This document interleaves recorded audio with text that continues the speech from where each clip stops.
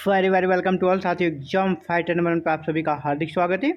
आप सभी के लिए गुड न्यूज़ है, खुशखबरी। जी हाँ, असिस्टेंट प्रोफेसर की परमानेंट रिक्रूटमेंट आई है और वो national council of educational research and training से यानी NCERT से ये रिक्रूटमेंट आई है। NCERT से ये भर्ती आई है परमानेंट असिस्टेंट प्रोफेसर की। हालांकि और भी पोस्ट है, एसोसिएट की भी है और प्रोफेसर की भी है, लेकिन हमारा कंसंट्रेशन किस पे रहेगा? असिस्टेंट प्रोफेसर पे, क्योंकि जो फ्रेशर्स होते हैं वो असिस्टेंट प्रोफेसर ही बनते हैं। एसोसिएट और प्रोफेसर वो बाद में बनते हैं, जो ऑलरेडी असिस्टेंट में कहीं कार्य करते हैं, क्योंकि उनमें टीचिंग एक्सपीरियंस चाहिए।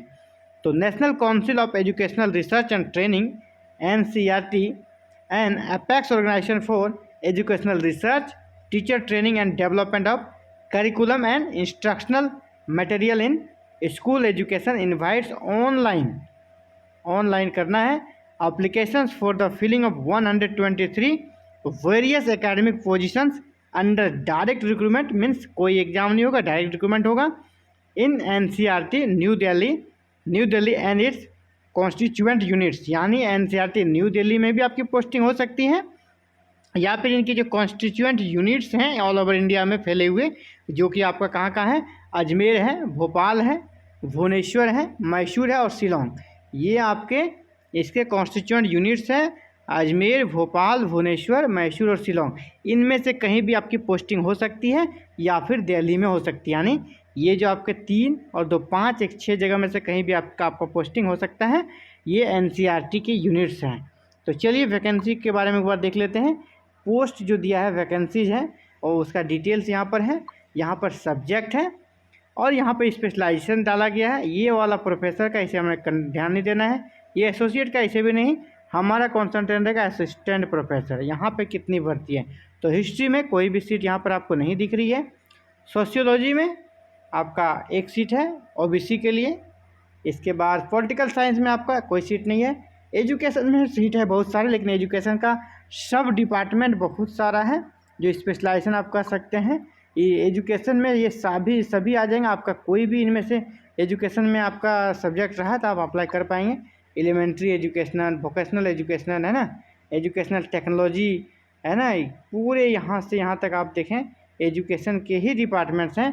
और यहाँ पर सीटों की संख्या आप देखें, यहाँ पर दिख रहा है आपको ये जो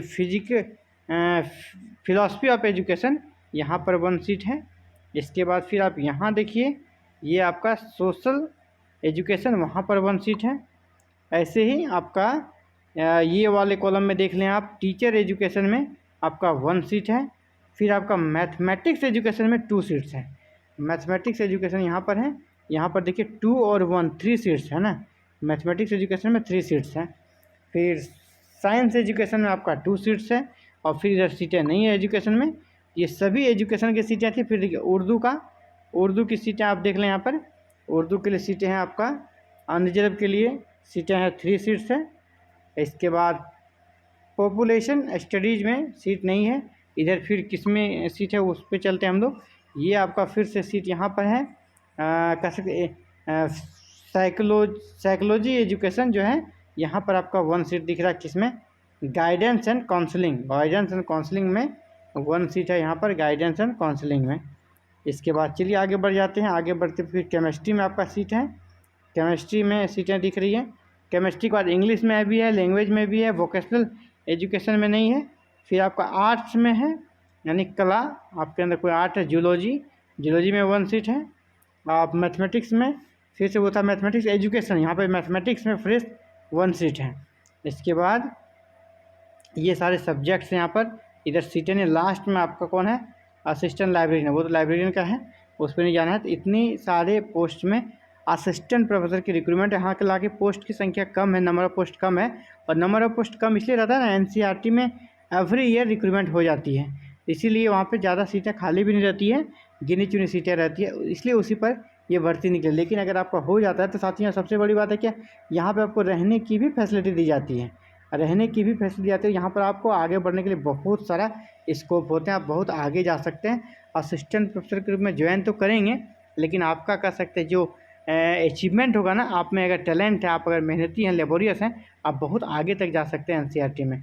तो देखिए जो योग्यता मांगी गई है, जैसे सिंपल हर जगह मांगा जाता है यूजीसी के गाइडलाइन के अकॉर्डिंग, आपके पोस्ट ग्रेजुएशन में 55% मार्क्स चाहिए। इसके बाद अगर पोस्ट ग्रेजुएशन में 55% मार्क्स हैं तो फिर आपको यहाँ पर नेट आपका क्लियर चाहिए, नेट या यूजीसी नेट या सीएसएट नेट आपको क्लियर चाहिए। अगर यूजीसी नेट या सीएसएट नेट नहीं है तो आपकी पीएचडी की डिग्री अवार्ड होनी चाहिए, और वो 2009 या 2016 के रेगुलेशन के अकॉर्डिंग आपका पीएचडी की डिग्री आप अवार्डेड होनी चाहिए, तो आप अप्लाई कर सकते हो। अप्लाई करेंगे तो आपका फिर कैंडिडेट को शॉर्ट लिस्टिंग किया जाएगा रेगुलेशन 2018 के तहत।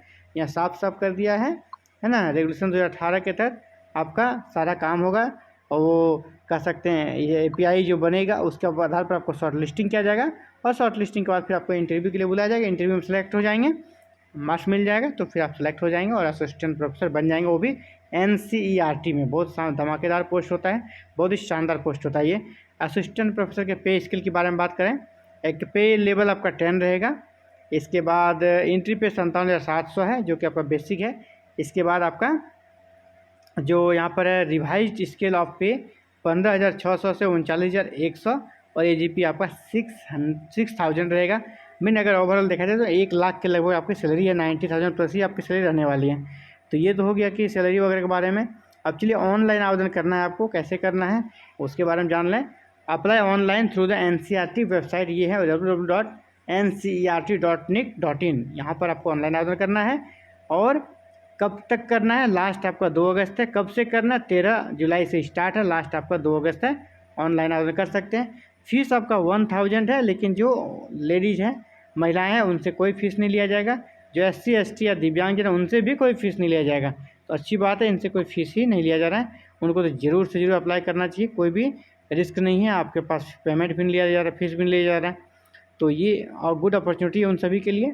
और यहाँ पर आगे फॉर्मेट्स वगैरह दिए गए हैं। कुछ ओबीसी हैं तो उनके लिए क्या है, इसके बाद undertaking to be submitted by the candidates. ये अंडरटेकिंग सभी कैंडिडेट्स को सबमिट करना है। इसको आप प्रिंट आउट लेकर, इसका प्रिंट आउट लेने के बाद आप ये कह सकते हैं कि इसमें सिग्नेचर वगैरह करके आप इसे जमा कर देंगे। और आपको कह सकते हैं कि ये हार्ड कॉपी भी भेजना पड़ेगा, ये हार्ड कॉपी भी भेजना पड़ेगा एनसीईआरटी के एड्रेस पर। वैसा कहीं पर है, उसको मैं दिखाने का प्रयास कर रहा हूँ आपको कि हार्ड कॉपी जो भेजनी है। तो इसको देख लेते हैं। तो ये आपका फॉर्मेट है, ये फॉर्मेट है आपका, ये फॉर्मेट है क्या चीज़ के लिए, देख रहा हूँ ये 1 मिनट। ये फॉर्मेट है जनरल इंस्ट्रक्शन में, ये फॉर्मेट दिया गया है आपका लास्ट वाला। इस फॉर्मेट के बाद का अप्लीकेंट, अच्छा आप अगर कहीं जॉब करते हो ना तो आपके लिए एनओसी चाहिए डिपार्टमेंट से, तो इस फॉर्मेट में आपको एनओसी चाहिए, no objection certificate. Hard copy भेजने की ज़रूरत यहाँ पर है या नहीं उसको हम लोग कन्फर्म कर लेते हैं। हार्ड कॉपी भेजने की अगर ज़रूरत होगी तो एड्रेस ज़रूर दिया रहेगा। फ़िलहाल अभी यहाँ पर अब शायद सिस्टम चेंज कर दिया, हार्ड कॉपी नहीं भेजना आपको ना, हार्ड कॉपी नहीं भेजना है, क्योंकि भेजने का रहता तो ज़रूर ही ऊपर में ही आपको मिल जाता। अभी तक ऐसा कुछ भी नहीं बुझा रहा है कि हार्ड कॉपी आपको भेजना है, मतलब हार्ड कॉपी आपको भेजना यहाँ पर नहीं है। सिर्फ आप ऑनलाइन आवेदन कर लें और उसका प्रिंट आउट ज़रूर रखें, है ना। इन फ्यूचर कुछ अगर होता है तो आप उसका जो एप्लीकेशन नंबर है उसके आधार पर ही आपको आइडेंटिफाई किया जाएगा, क्योंकि यहाँ लास्ट डेट है ना, यहीं पर आपको हार्ड कॉपी भेजने का रहता है। यहाँ पर हार्ड कॉपी भेजने का नहीं है, सीधे ऑनलाइन का लास्ट डेट दिया है 2 अगस्त, मतलब आपको सिर्फ ऑनलाइन ही करना है, हार्ड कॉपी भेजने की ज़रूरत नहीं है। पहले भेजा जाता था, लेकिन अब उस नियम को यहाँ पर चेंज कर दिया गया है। एक तरह से कहा जाए तो अच्छा ही किया है, क्योंकि जब ऑनलाइन आवेदन कर दिया हार्ड कॉपी भेजने का ज़रूरत नहीं होना चाहिए। तो ये तो साथियों आप सभी के लिए अपना updates. Thank you very much for watching this video and connecting to exam fighter number 1। इसी प्रकार all over India higher education से जुड़ी कोई भी अपडेट्स को जानने के लिए हमारे चैनल के साथ बने रहें, और हमारे साथ बने रहने के लिए साथियों क्या करें, चैनल को सब्सक्राइब करें, बेल आइकन को प्रेस करें और ऑल बटन को क्लिक करें, ताकि फर्दर जो भी इस प्रकार की वैकेंसी से जुड़ी हुई अपडेट्स आए और हायर एजुकेशन से जुड़ी कोई भी अपडेट्स आए, इसकी सूचना आपको मिल सके टाइम टू टाइम, और आप खुद को तैयार रख सकें। Thank you very much for watching this video and connecting the exam fighter number 1।